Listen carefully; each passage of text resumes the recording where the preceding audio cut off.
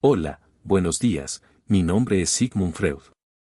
Hoy vamos a leer la interpretación de los sueños.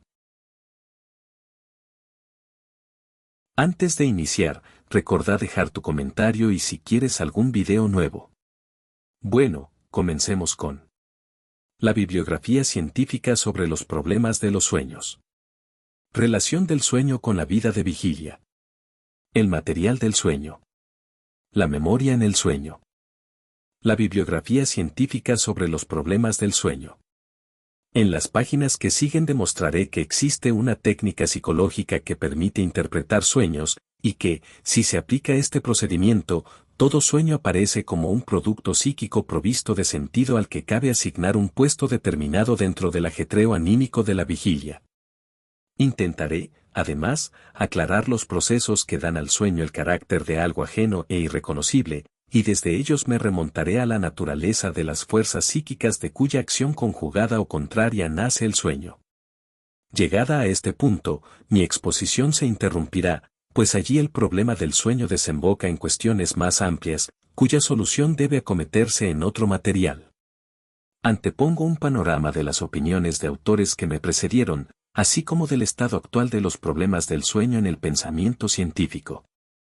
Lo hago porque en el curso de la exposición misma no tendré muchas ocasiones de volver sobre ello.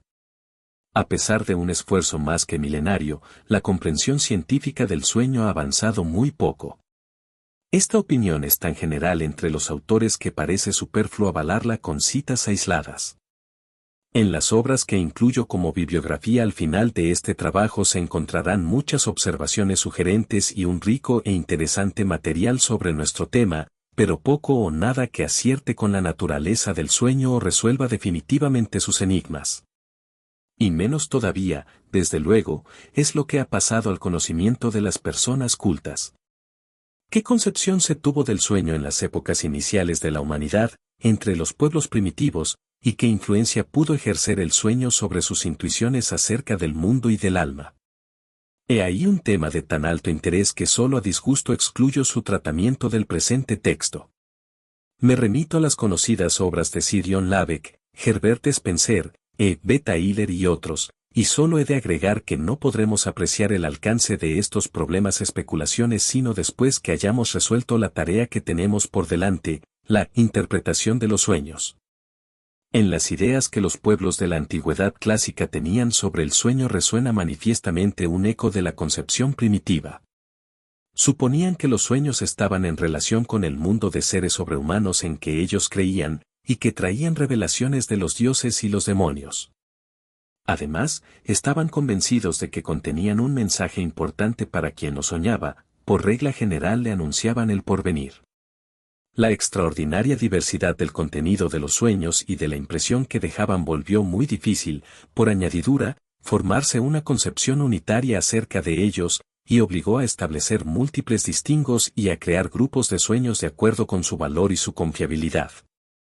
Desde luego, el juicio que cada uno de los filósofos de la antigüedad se formó acerca del sueño no fue independiente de la posición que estaba dispuesto a conceder a la mántica en general. En los dos escritos de Aristóteles donde se trata del sueño, este ya se ha convertido en objeto de la psicología. Se nos dice que no es un envío de los dioses, no es de índole divina, sino demoníaca. En efecto, la naturaleza misma es demoníaca y no divina, vale decir, el sueño no surge de una revelación sobrenatural, sino que obedece a las leyes del espíritu humano, que, por otro lado, está emparentado con la divinidad. El sueño es definido como la actividad anímica del durmiente en cuanto duerme. Aristóteles conoce algunos de los caracteres de la vida onírica. Por ejemplo, que el sueño amplifica pequeños estímulos que sobrevienen durante el dormir, se cree estar atravesando un fuego y abrazarse en él, cuando en verdad solo ocurre un calentamiento insignificante de este o de aquel miembro. Y de esta conducta extrae la conclusión de que los sueños bien pueden revelar al médico los primeros indicios, todavía imperceptibles durante el día, de una alteración corporal incipiente. Como es sabido, antes de Aristóteles los antiguos no tenían al sueño por un producto del alma soñante, sino por una inspiración de los dioses.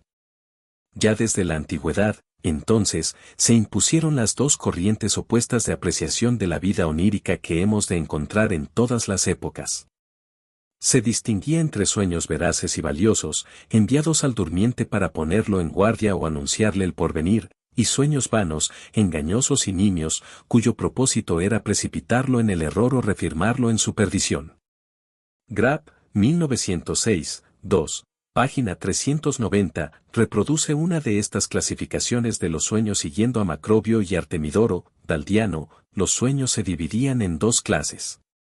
La primera solo era influida por el presente, o por el pasado, pero carecía de significación para el futuro, comprendía los eumpuya, insomnie, que reproducían directamente la representación dada o su contrario, por ejemplo, el hambre o su apaciguamiento, y los quabrodoliaca, que ampliaban en la fantasía la representación dada, como la pesadilla, epialtes.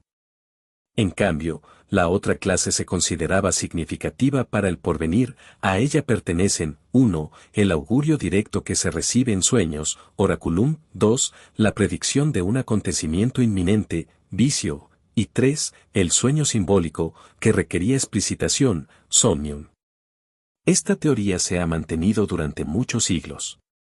La tarea de una interpretación de los sueños se plantea en conexión con esta alternancia en su apreciación.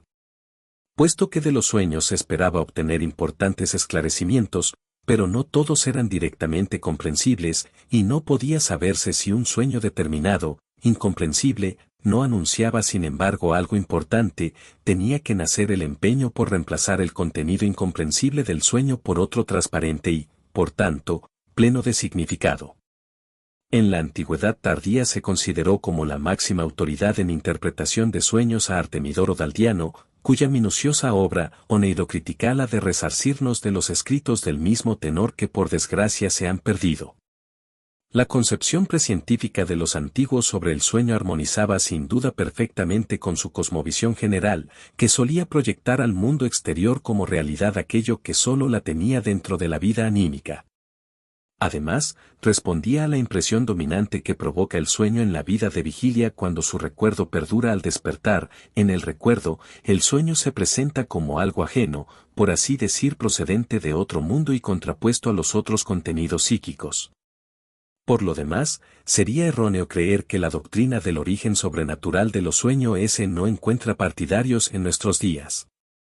Prescindamos de todos los publicistas místicos y pietistas, que sin duda tienen derecho a ocupar lo que resta del reino de lo sobrenatural, antes tan extenso, mientras la ciencia natural no logre conquistarlo por completo con sus explicaciones. Pero aún hombres de agudo ingenio y reacios a todo lo extraordinario se empeñan en defender su fe religiosa en la existencia e intervención de fuerzas espirituales suprahumanas invocando, precisamente, el carácter inexplicable de los fenómenos oníricos. C. F. Hafner, 1887. El modo en que muchas escuelas filosóficas, como la de Schelling, aprecian la vida onírica es una clara supervivencia del carácter divino del sueño, indiscutido en la antigüedad. Y tampoco ha terminado la controversia sobre la virtud adivinatoria del sueño en cuanto anunciador del porvenir. Los intentos de explicación psicológica no bastan para dominar el material reunido, no importa cuán definidamente las simpatías de quienes han abrazado el pensamiento científico se inclinen por rechazar semejante tesis. Muy difícil es escribir una historia de nuestro conocimiento científico sobre los problemas oníricos. La razón es que, por valioso que sea en algunos puntos, en él no se observa progreso alguno siguiendo líneas determinadas. No se ha llegado a la formación de una infraestructura de resultados seguros, sobre la cual pudiera seguir construyendo un investigador que viniese después, sino que cada autor acomete los mismos problemas por así decir desde el principio. Si quisiera atenerme al orden cronológico de los autores y resumir las opiniones de cada uno sobre los problemas oníricos, tendría que renunciar al esbozo de un cuadro de conjunto sobre el estado actual de los conocimientos acerca del sueño, por eso he preferido exponer los temas en lugar de seguir a los autores, y con relación a cada uno de los problemas oníricos mencionaré el material que para su solución contenga la bibliografía. Puesto que no está a mi alcance dominar toda la bibliografía sobre este asunto, tan desperdigada y que tanto se superpone con la consagrada a otros temas, he de rogar a mis lectores que se conformen con que en mi exposición no se pierda ningún hecho fundamental y ningún punto de vista importante.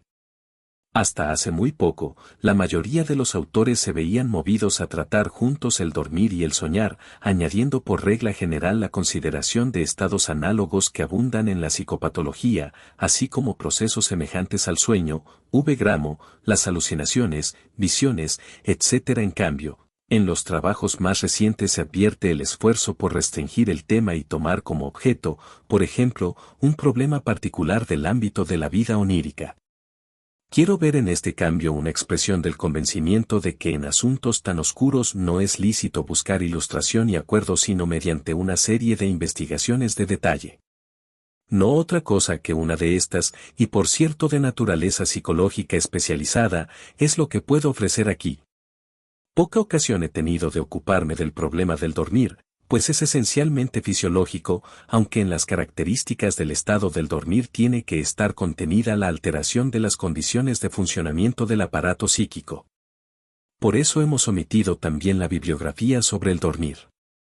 El interés científico por los fenómenos oníricos en sí lleva a plantearse los problemas que a continuación trataremos, y que en parte se superponen. Relación del sueño con la vida de vigilia. Según el juicio ingenuo del individuo despierto, el sueño, si es que no proviene directamente de otro mundo, arrebata al durmiente a otro mundo. El viejo fisiólogo Burdach, al que debemos una cuidadosa y fina descripción de los fenómenos oníricos, expresó esta convicción en una frase muy citada, 1838, página 499, nunca se retorna la vida diurna con sus esfuerzos y goces, sus alegrías y dolores, más bien el sueño se propone liberarnos de ella. Aun cuando toda nuestra alma esté ocupada por un objeto, un profundo dolor desgarre nuestra interioridad o una tarea acapare la totalidad de nuestras fuerzas espirituales, el sueño nos proporciona algo por completo ajeno, o toma de la realidad solo elementos singulares para sus combinaciones, o se mimetiza con nuestro estado de ánimo y simboliza la realidad. 1. H. Fichte, 1864, 1. Página 541, habla en el mismo sentido directamente de sueños de complemento y dice que son uno de los secretos beneficios de la naturaleza autocurativa del espíritu. En igual sentido vemos pronunciarse también a L. Strumpel en su estudio sobre la naturaleza y el origen de los sueños 1877, tan justamente apreciado, el que sueña da la espalda al mundo de la conciencia vigilante. En el sueño se pierde prácticamente por completo la memoria para el contenido ordenado de la conciencia vigilante. El retraimiento, casi desprovisto de recuerdo, en que cae el alma durante el sueño con respecto a los contenidos y procesos, sujetos a regla, de la vida de vigilia. No obstante, la abrumadora mayoría de los autores han defendido la opinión contraria acerca de la relación del sueño con la vida de vigilia. Así, Hafner, 1887, página 245, ante todo, el sueño prosigue la vida de vigilia. Nuestros sueños siguen siempre las representaciones que la conciencia tuvo poco antes. Una observación precisa hallará casi siempre el hilo por el cual el sueño se anuda con las vivencias del día anterior. Wigand, 1893, página 6, contradice directamente la afirmación de Burdach ya citada, pues puede observarse a menudo, y al parecer en la inmensa mayoría de los sueños, que éstos nos reconducen justamente a la vida habitual en lugar de liberarnos de ella. Maury, 1878, página 51, dice con fórmula concisa, nous revons de ce que nous avons vu, dit, Desire ou Fat, y Jessen, en su Psychologie, publicada en 1855, sostiene con algo más de detalle, en mayor o menor grado, el contenido de los sueños está determinado siempre por la personalidad individual, por la edad, el sexo, el estamento, la cultura, los modos de vida habituales y los acontecimientos y experiencias de toda la vida anterior. De manera inequívoca toma posición sobre este problema el filósofo J. G. Maas, 1805, la experiencia corrobora nuestra afirmación según la cual con la mayor frecuencia soñamos con las cosas a que están dirigidas nuestras pasiones más ardientes. Ello deja ver que nuestras pasiones han de influir sobre la producción de nuestros sueños.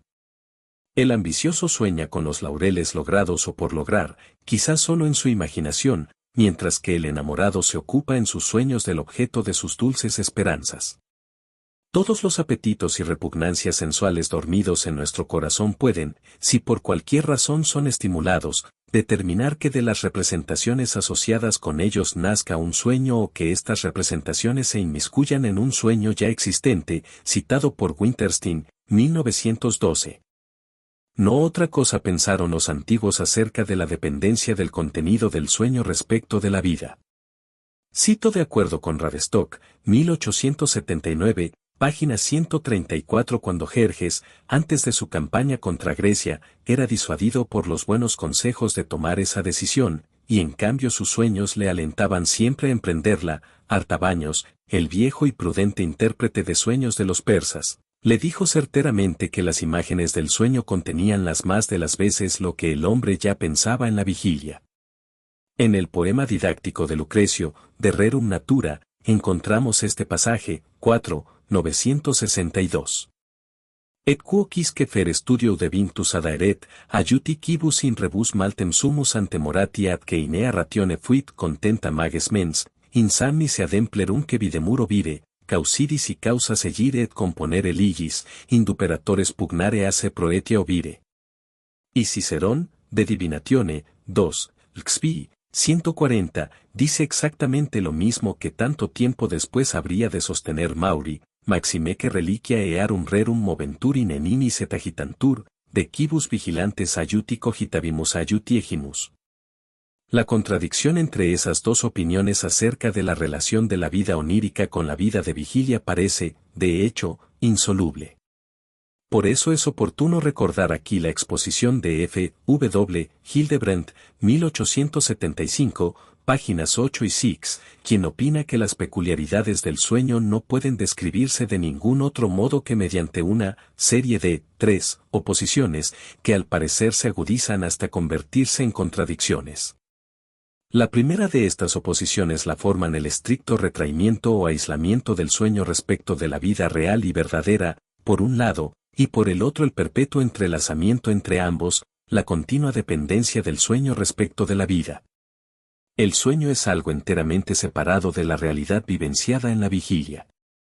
Podría decirse que es una existencia herméticamente encerrada en sí misma y separada de la vida real por un abismo insuperable. Nos desprende de la realidad, borra en nosotros el recuerdo normal de esta y nos sitúa en un mundo diferente y en una historia personal por entero diversa, que en el fondo nada tiene que ver con la real. Hildebrandt expone después cómo, al dormirnos, todo nuestro ser y sus formas de existencia desaparecen como, tras una puerta trampa invisible. Tal vez hacemos en sueños una excursión por mar hasta Santa Elena para ofrecer a Napoleón, allí prisionero, exquisitos vinos del Mosela. El ex emperador nos recibe con deferencia extrema, y casi lamentamos que el despertar nos arruine esa interesante ilusión. Ahora comparamos la situación del sueño con la realidad. Nunca fuimos comerciantes en vinos, ni quisimos serlo. Tampoco hemos hecho viajes marítimos, y Santa Elena sería el lugar en que menos pensaríamos para ello. En modo alguno experimentamos simpatía por Napoleón, sino un enconado odio patriótico. Y, sobre todo, no habíamos nacido todavía cuando Napoleón murió en la isla, imposible entonces establecer una relación personal con él. Así, la vivencia onírica aparece como algo ajeno que se introduce entre dos tramos de vida que forman una serie continua y perfectamente ajustada. Y sin embargo, dice después Hildebrandt, lo en apariencia contrario es igualmente cierto y verdadero. Creo que la relación y el lazo más estrechos van de la mano con aquel retraimiento o aislamiento. Y aún podemos decir, en todo lo que el sueño ofrece, toma el material para ello de la realidad y de la vida mental que se despliega en esa realidad. Por extraordinario que sea su trámite, nunca podrá separarse verdaderamente del mundo real, y todas sus creaciones, las más sublimes o las más ridículas, siempre tienen que tomar prestada su tela de aquello que se ha presentado a nuestra vista en el mundo de los sentidos, o de lo que ya ha encontrado lugar en la marcha de nuestros pensamientos de vigilia, con otras palabras, De aquello que ya hemos vivenciado en el mundo exterior o en el mundo interior. B. El material del sueño. La memoria en el sueño. Que todo el material que compone el contenido del sueño procede de algún modo de lo vivenciado, y por tanto es reproducido, recordado en el sueño, eso, al menos, puede considerarse un conocimiento incuestionado.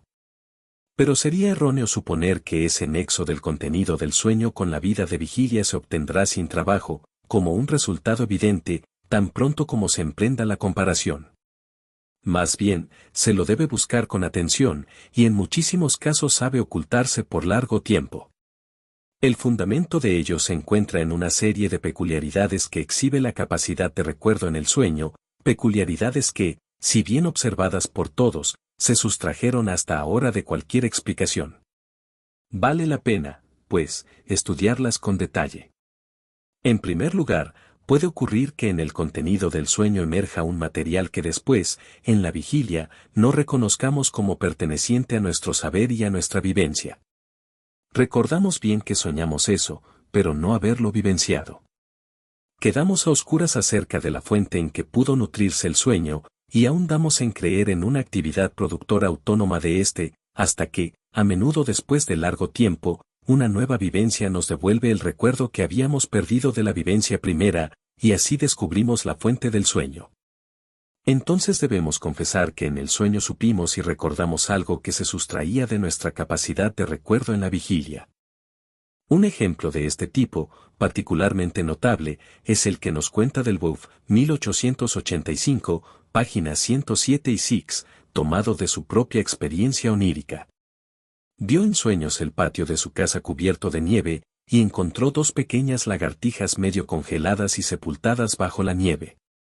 Como amigo de los animales que era, las recogió, les procuró calor y las devolvió a un pequeño agujero de la pared apropiado para ellas. Además, les puso allí unas hojas de un pequeño helecho que crecía en la pared y del cual él sabía que gustaban mucho. En el sueño conocía el nombre de la planta, Asplenium rutamuralis.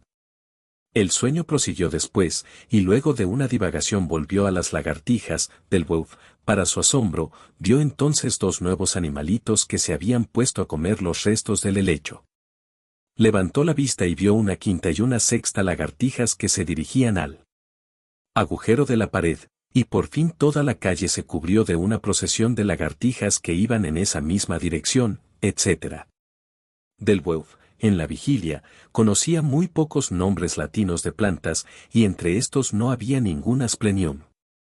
Para su gran asombro debió convencerse de que existía realmente un helecho de ese nombre. Asplenium rutamuraria era su designación correcta, que el sueño había desfigurado un tanto.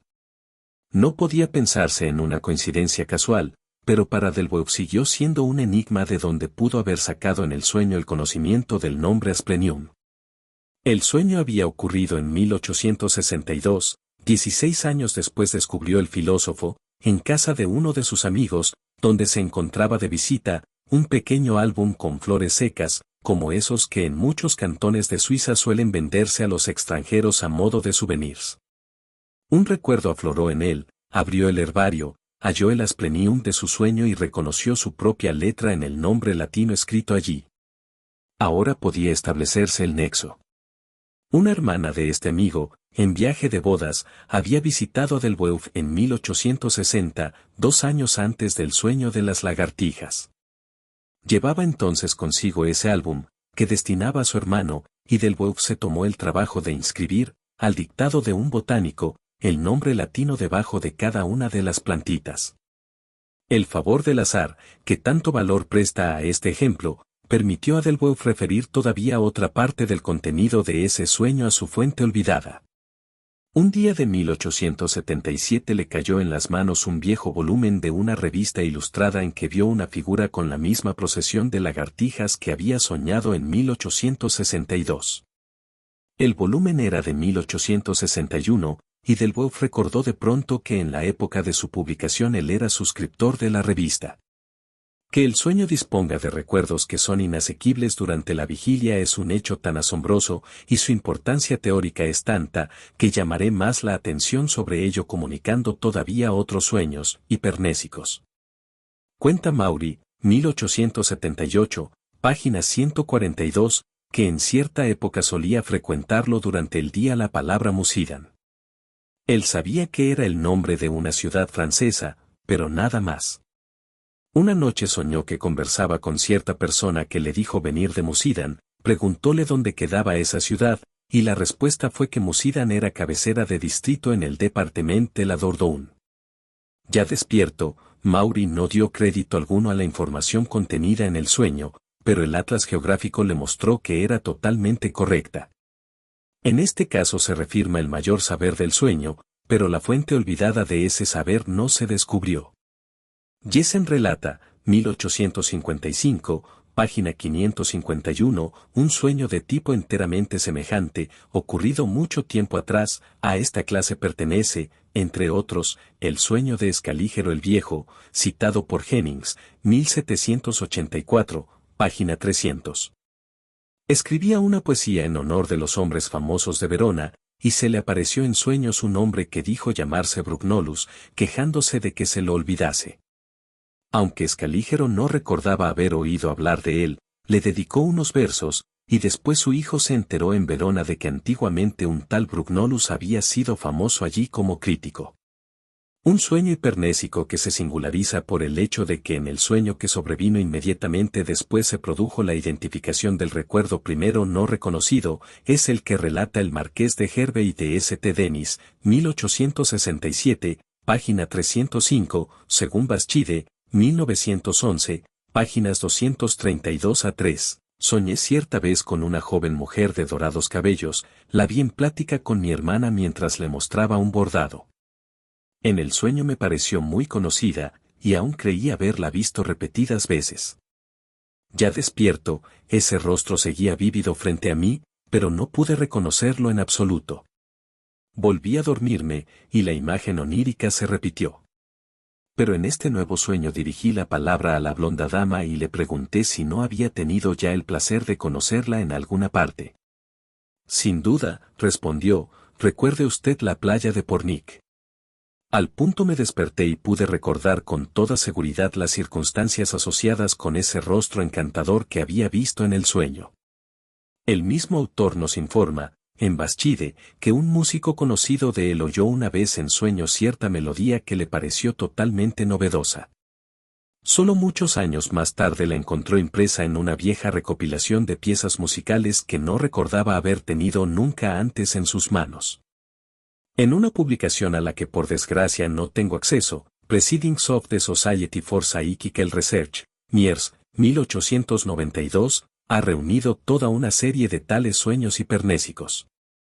En mi opinión, cualquiera que se ocupe de sueños tiene que reconocer como fenómeno muy habitual que el sueño acredita conocimientos y recuerdos que en la vigilia no se cree poseer. En mis trabajos psicoanalíticos con neuróticos, de los que después informaré, cada semana tengo varias veces la ocasión de demostrar a mis pacientes, por sus sueños, que ellos conocen muy bien citas, palabras obscenas, etc., y se sirven de ellas en sueños aunque las hayan olvidado en la vida de vigilia. Comunicaré aún otro caso, inocente, de hipermnesia onírica porque aquí es muy fácil descubrir la fuente de donde el sueño extrajo el conocimiento a que solo él tenía acceso. Un paciente soñó, dentro de una trama más larga, que pedía en un café una contusovka y después de relatarlo preguntó qué sería eso, nunca había oído semejante nombre. Pude responderle que contusovka era un aguardiente polaco que él no podía haber inventado en el sueño, puesto que yo lo conocía desde hacía mucho tiempo por los carteles en que se lo anunciaba. Nuestro hombre no quiso primero dar crédito a lo que le decía. Algunos días después, y luego de haber convertido en realidad, en un café, lo que soñó, reparó en ese nombre escrito en un cartel, y por cierto en una esquina por la que desde hacía meses debía pasar al menos 2 veces cada día. En mis propios sueños he experimentado cuánto dependemos del azar en el descubrimiento del origen de elementos oníricos singulares.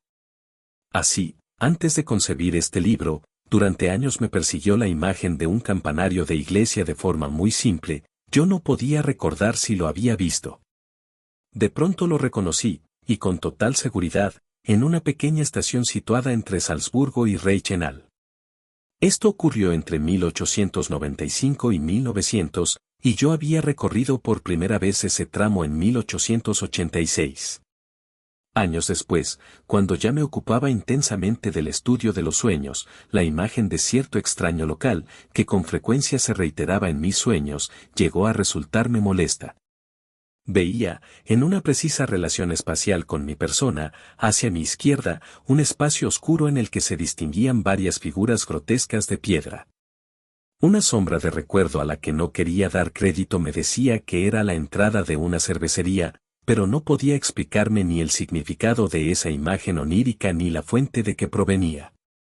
En 1907 viajé por casualidad a Padua, a donde lamentaba no haber podido regresar desde 1895. Mi primera visita a esa bella ciudad universitaria me había dejado insatisfecho, pues no pude admirar los frescos del Giotto en la Madonna de la Arena. En mitad del camino que conducía hasta allí me dijeron que ese día la capilla estaba cerrada. En mi segunda visita, 12 años después, quise resarcirme. Lo primero entonces fue buscar el camino que me llevase hasta la Madonna de la Arena. En esa calle, a mano izquierda de la dirección en que yo avanzaba, y probablemente en el lugar donde en 1895 hube de volver sobre mis pasos, descubrí el local que tantas veces había visto en sueños, con las figuras de piedra que allí se encontraban. Era en realidad la entrada de un restaurante. La vida infantil es una de las fuentes de donde el sueño recibe, para su reproducción, un material que, en parte, no es recordado ni utilizado en la actividad de pensamiento de la vigilia. Me limitaré a citar algunos de los autores que han observado y destacado esto. Hildebrandt, 1875, página 23, expresamente se admitió ya que el sueño trae de regreso al alma, con una capacidad de reproducción maravillosa, hechos archivados, y aún olvidados, de tiempo muy remoto. Strumpel, 1877, página 40, esto se refuerza todavía más cuando se repara en que el sueño, de tiempo en tiempo, atravesando los más espesos y profundos sedimentos que épocas posteriores han ido depositando sobre las primeras vivencias de la juventud, rescata las imágenes de lugares, de cosas y de personas singulares totalmente incólumes y con su frescura originaria. Y esto no se limita a aquellas impresiones que en su origen alcanzaron conciencia vívida o se asociaron con fuertes valores psíquicos, y que reaparecen después en el sueño como recuerdos genuinos que serán motivo de gozo para la conciencia de vigilia. Por el contrario, la profundidad de la memoria onírica recoge también imágenes de personas, de cosas y de lugares, así como vivencias de los tiempos más antiguos, que se acompañaron de conciencia débil o poseyeron escaso valor psíquico, o que habían perdido una u otro desde mucho tiempo atrás y por eso aparecen tanto en el sueño cuanto después, en la vigilia, como algo por entero ajeno y desconocido, hasta que se descubre su lejano origen. Volkelt, 1875, página 119, es particularmente notable la preferencia con que ingresan en el sueño recuerdos de la niñez y la juventud. El sueño nos recuerda incansablemente aquello en que desde hace mucho no pensamos y ha perdido toda importancia para nosotros. El dominio del sueño sobre el material infantil, que, como es sabido, en buena parte desaparece en las lagunas de la capacidad de recuerdo consciente, origina interesantes sueños hipernésicos, de los que comunicaré algunos ejemplos. Maury cuenta, 1878, página 92, que en su niñez viajaba a menudo desde Meaux, su ciudad natal, hasta Trillport, situada no muy lejos, donde su padre dirigía la construcción de un puente. Cierta noche un sueño lo trasladó a Trillport y lo hizo jugar de nuevo en las calles de la ciudad. Un hombre se le acercó, llevaba una especie de uniforme. Maury le preguntó su nombre, él se presentó, dijo llamarse y era el guardián del puente. Una vez despierto, y dudando todavía de la realidad de ese recuerdo, Maury preguntó a una vieja servidora que lo acompañaba desde su infancia si podía recordar a una persona de ese nombre. Claro que sí, fue la respuesta, era el guardián del puente que su padre de usted construyó por entonces. Un ejemplo igualmente bello, que confirma la seguridad de los recuerdos de infancia que afloran en el sueño, nos relata Maury, de un señor F., cuya niñez había transcurrido en Montbrison.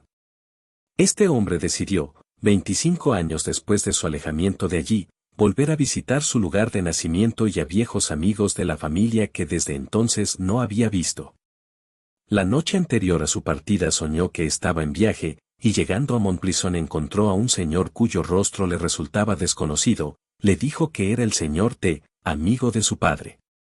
El soñante sabía que de niño había conocido a un señor de ese nombre, pero en la vigilia no recordaba para nada su apariencia. Días después llegó en la realidad a Montbrison, reencontró el lugar del sueño que le había parecido desconocido y a un señor en quien al punto reconoció al señor T del sueño. La persona real solo estaba más vieja de lo que el sueño la mostró. Puedo relatar aquí un sueño que yo mismo tuve, en que una relación sustituía a la impresión por recordar. Vi a una persona de la que supe, en el sueño, que era el médico de mi casa paterna. Su rostro no era nítido, sino que se confundía con la imagen de uno de mis profesores de la escuela secundaria, a quien todavía hoy encuentro a veces. No pude descubrir después, en la vigilia, la relación que enlazaba a esas dos personas.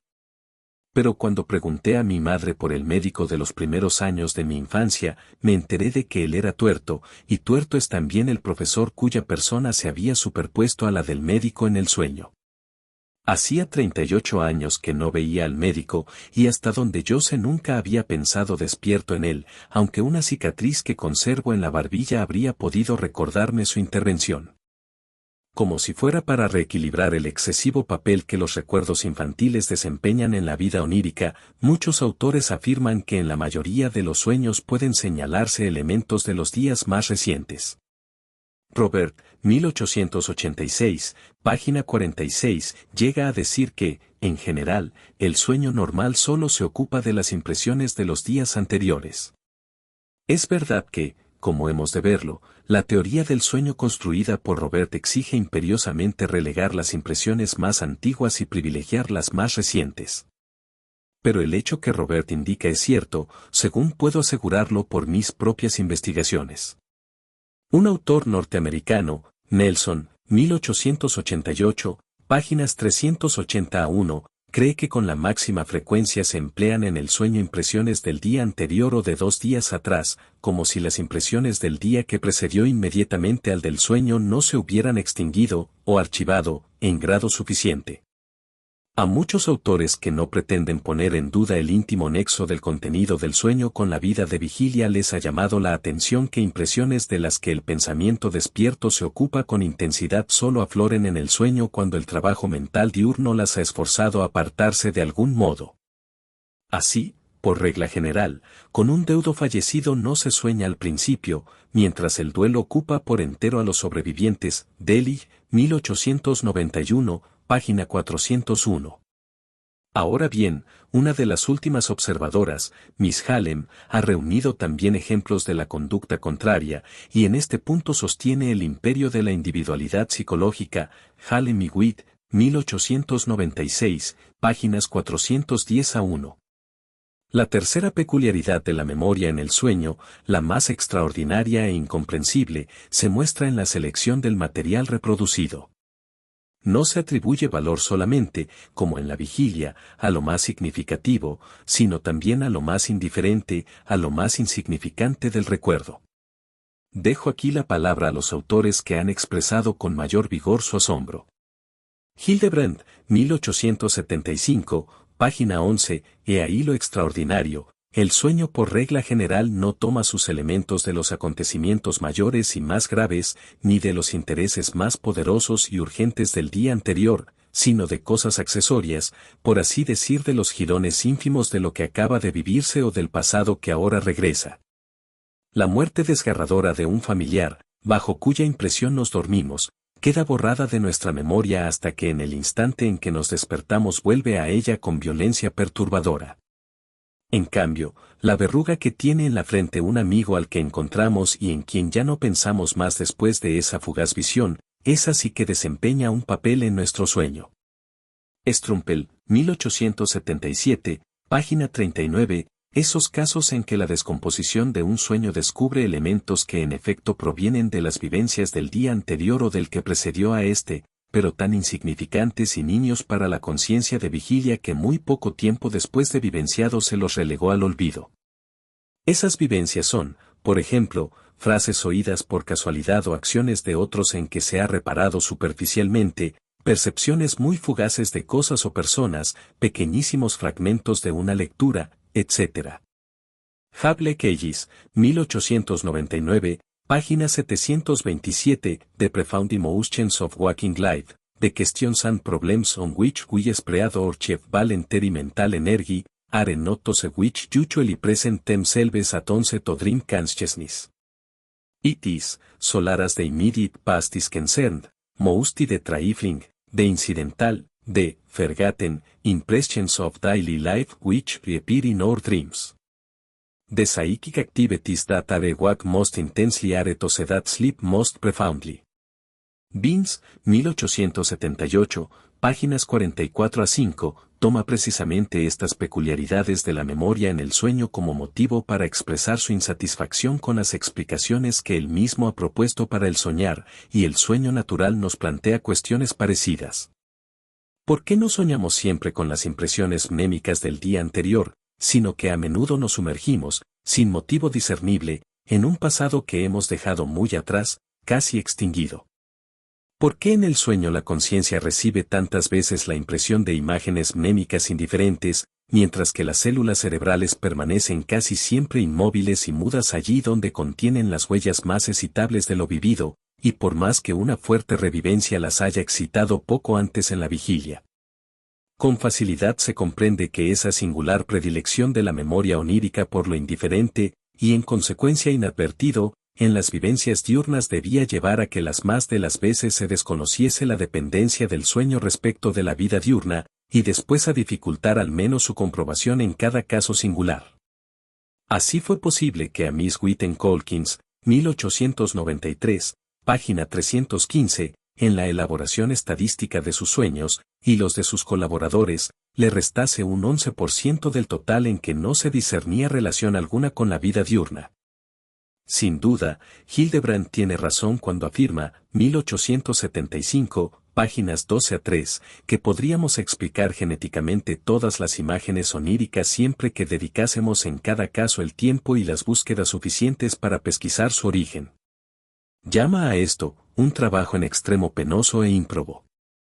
En efecto, casi siempre nos llevaría a perseguir toda clase de cosas enteramente desprovistas de valor psíquico por los rincones más recónditos de la memoria, toda clase de aspectos indiferentes de un tiempo a mucho transcurrido, que deberíamos desenterrar del olvido en que lo sepultó quizá a la hora siguiente. Pero yo debo lamentar que este penetrante autor se abstuviese de seguir ese camino cuyo comienzo era tan poco brillante, pues lo habría llevado directamente al centro de la explicación de los sueños. La conducta de la memoria en el sueño tiene sin duda la máxima importancia para cualquier teoría de la memoria en general. Enseña que nada de lo que hemos poseído alguna vez en el espíritu puede perderse del todo. Scholz, 1887, página 34. O, como lo expresa Delboeuf, 1885, página 115, que toda impresión, memela plus insignifiante, la y se une trace inalterable, indefiniment susceptible de reparaitre auchur, conclusión esta sugerida también por muchas manifestaciones patológicas de la vida psíquica. Ahora bien, téngase presente esta extraordinaria capacidad de rendimiento de la memoria en el sueño y se percibirá con nitidez la contradicción en que incurren ciertas teorías que hemos de considerar más adelante, cuando pretenden explicar el carácter absurdo e incoherente de los sueños por un olvido parcial de lo que nos es familiar durante el día. Quizá podría ocurrírsenos reducir el fenómeno del sueño, en su totalidad, al del recuerdo, y ver en el sueño la exteriorización de una actividad reproductora que no descansa ni siquiera durante la noche y que sería un fin en sí misma. Comunicaciones como la de Pils, 1899, corroborarían esto. Según él, pueden señalarse relaciones fijas entre el momento en que se sueña y el contenido de los sueños. Así, en el dormir profundo se reproducen impresiones de los tiempos más alejados, pero hacia la mañana, impresiones recientes. No obstante, esa concepción parece de antemano muy improbable debido al modo en que el sueño procede con el material por recordar. Strumpel, 1877, página 18, observa sobre esto, con acierto, que en el sueño no encontramos la repetición de acontecimientos vividos. Es verdad que suele hacer un amago de repetición, pero el eslabón siguiente falta, emerge alterado o en su lugar aparece algo enteramente ajeno. El sueño solo trae fragmentos de reproducciones. Y esta es sin duda la regla, a punto tal que pueden basarse en ella conclusiones teóricas. No obstante, hay excepciones en que un sueño repite un acontecimiento vivido de manera tan completa como podría hacerlo nuestro recuerdo de vigilia. Del Wolf, 1885, páginas 239 a 40, cuenta el caso de uno de sus colegas de universidad que revivió en sueños, con todos los detalles, un peligroso viaje en que solo por milagro escapó de una desgracia. Miss Colkins, 1893, relata 2 sueños que tuvieron por contenido la reproducción exacta de una vivencia del día anterior, y yo mismo tendré más adelante ocasión de comunicar un ejemplo, que ha llegado a mi conocimiento, del regreso inmodificado de una vivencia infantil en el sueño. Bueno, espero que te haya gustado y espero verte la próxima. Recordá dejar tu comentario y pedir más vídeos. Hasta la próxima.